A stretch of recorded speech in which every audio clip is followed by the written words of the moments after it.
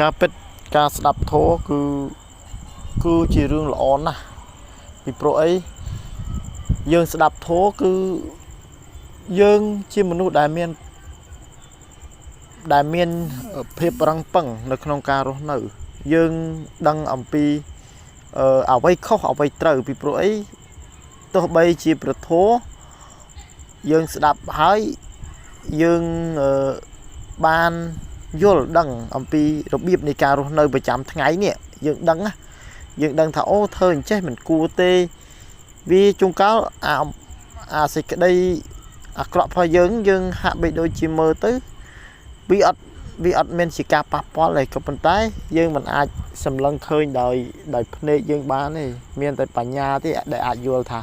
អូធ្វើអញ្ចេះត្រូវធ្វើអញ្ចោះត្រូវប៉ុន្តែបើអវិជ្ជាវិញគឺ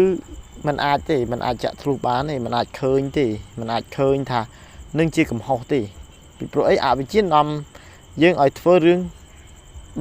ដែលខុសហើយរុញច្រានយើងឲ្យធ្លាក់ទៅនឹងអវិជ្ជាបានអវិជ្ជាត្រង់ចំណុចនេះយើងមិនសំដៅទៅលើត្រង់ថាគាត់នឹងមិនបានរៀនខ្ពង់ខ្ពស់ដល់ថ្នាក់បរិញ្ញាបត្រថ្នាក់ទី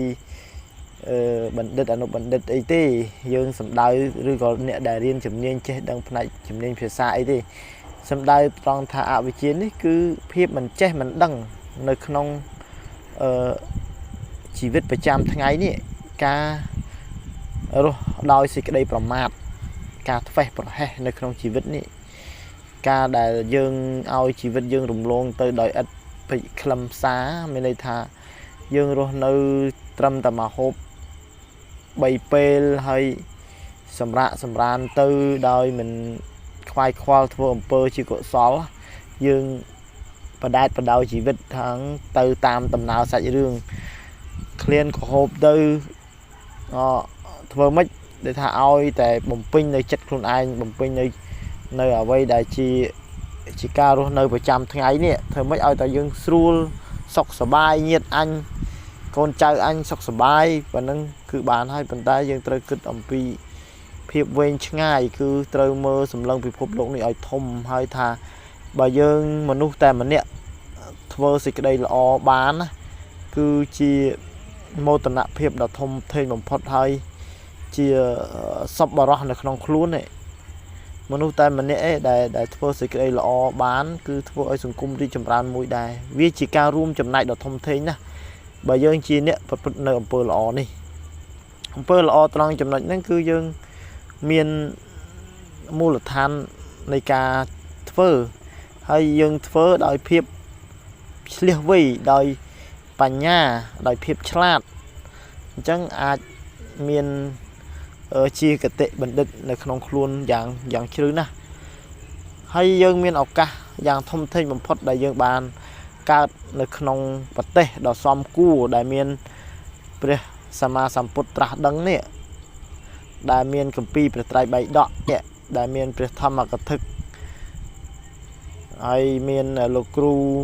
ធម្មអាចារ្យអគ្គបណ្ឌិតអីជាដើមលោកបានបង្ហាញលោកបានហើយជាអ្នកដែលបើកប្រអស់ព្រះអង្គក្នុងការបង្ហាញឲ្យសាធារណជនបានដឹងបានចេះតាមរយៈការដែលយើងស្ដាប់ដោយការគោរពនេះជាបញ្ញាជាគតិបណ្ឌិតដ៏ថ្លៃថ្លាបំផុតហើយយើងកើតនៅក្នុងកັບដ៏ប្រសើរដែលយើងមានឱកាសក្នុងការបានស្ដាប់បានរៀនបានសូត្របានចេះបានដឹងហើយយើងជាមនុស្សទៀតយើងមានសតិសម្បញ្ញៈទៀតណាចឹងល្អមែនទែនហើយមានអានិសង្ឃបានអានិសង្ឃក្រៃលែង